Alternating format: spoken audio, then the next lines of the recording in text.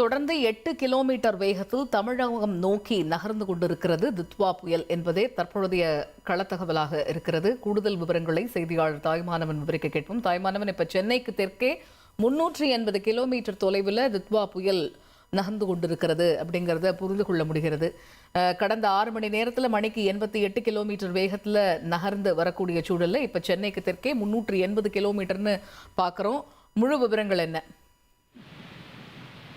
மணிக்கு 8 கிலோமீட்டர் வேகத்துல வடமேற்கு திசையை நோக்கி தற்போது அந்த டிட்வா புயல் என்பது நகர்ந்து வருகிறது. சென்னைக்கு தெற்கே 380 கிலோமீட்டர் தொலைவில் தற்போது இந்த புயல் என்பது மையம் கொண்டிருக்கிறது. கடந்த 6 மணி நேரமாக தென்மேற்கு வங்கக்கடல் மற்றும் அதனை ஒட்டிய இலங்கை மீது நிலவிய அந்த டிட்வா புயலானது வடமேற்கு திசை நோக்கி நகர்ந்து 8 கிலோமீட்டர் வேகத்துல நகர்ந்து இன்று காலை நிலவரப்படி பார்த்தோம் என்றால் அதே பகுதியில மையம் கொண்டிருக்கிறது.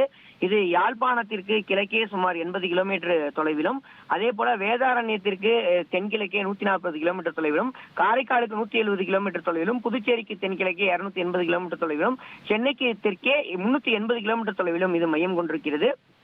தொடர்ந்து வடமேற்கு திசை நோக்கி நகர்ந்து நவம்பர் 30ஆம் தேதி அதிகாலையில வட தமிழ்நாடு மற்றும் புதுச்சேரி மற்றும் அதனை ஒட்டிய தெற்கு ஆந்திர கடற்கரைகளுக்கு அப்பால் உள்ள தென்மேற்கு வங்கக்கடல் பகுதியை இது வந்தடையும் என எதிர்பார்க்கப்படுகிறது. குறிப்பாக சொல்ல வேண்டும் என்றால் இது புதுச்சேரி கடற்கரை பகுதிகளுக்கு நிகராக இது கடந்து செல்லும் போது இது புயலுடைய தன்மையை இழந்து படிப்படியாக ஆழ்ந்த காற்றழுத்த தாழ்வு மண்டலமாகவும் காற்றழுத்த தாழ்வு மண்டலமாகவும் வலுக்குறைய வாய்ப்பிருப்பதா வானிலை ஆய்வு மையம் தகவலை வெளியிட்டிருக்கிறாங்க. சென்னைக்கு அருகாமையில வரும்போது இது காற்றழுத்த தாழ்வு மண்டலமாகத்தான் கடற்பகுதியில செல்வதற்கு அதிக வாய்ப்பு இருப்பதா வானிலை ஆய்வு மையம் தகவலை வெளியிட்டிருக்கிறாங்க. இந்த நிலையில டெல்டா மாவட்டங்களை பொறுத்த மட்டும் தற்போது இந்த டெல்டா மாவட்டங்களை ஒட்டிய பரப்பின் வழியே இந்த புயலுடைய நகர்வுகள் இருப்பதன் காரணமாக தற்போது மயிலாடுதுறை, அதே போல் நாகை மற்றும் கடலூர் ஆகிய மாவட்டங்கள்ல பரவலாக மிக கனமழை முதல் அதி கனமழை வரைக்கும் பெய்து வரக்கூடிய காட்சிகளை பார்க்க முடியுது. இந்த மாவட்டங்களுக்கு ரெட் அலர்ட் எச்சரிக்கை என்பது விடுக்கப்பட்டிருக்கிறது.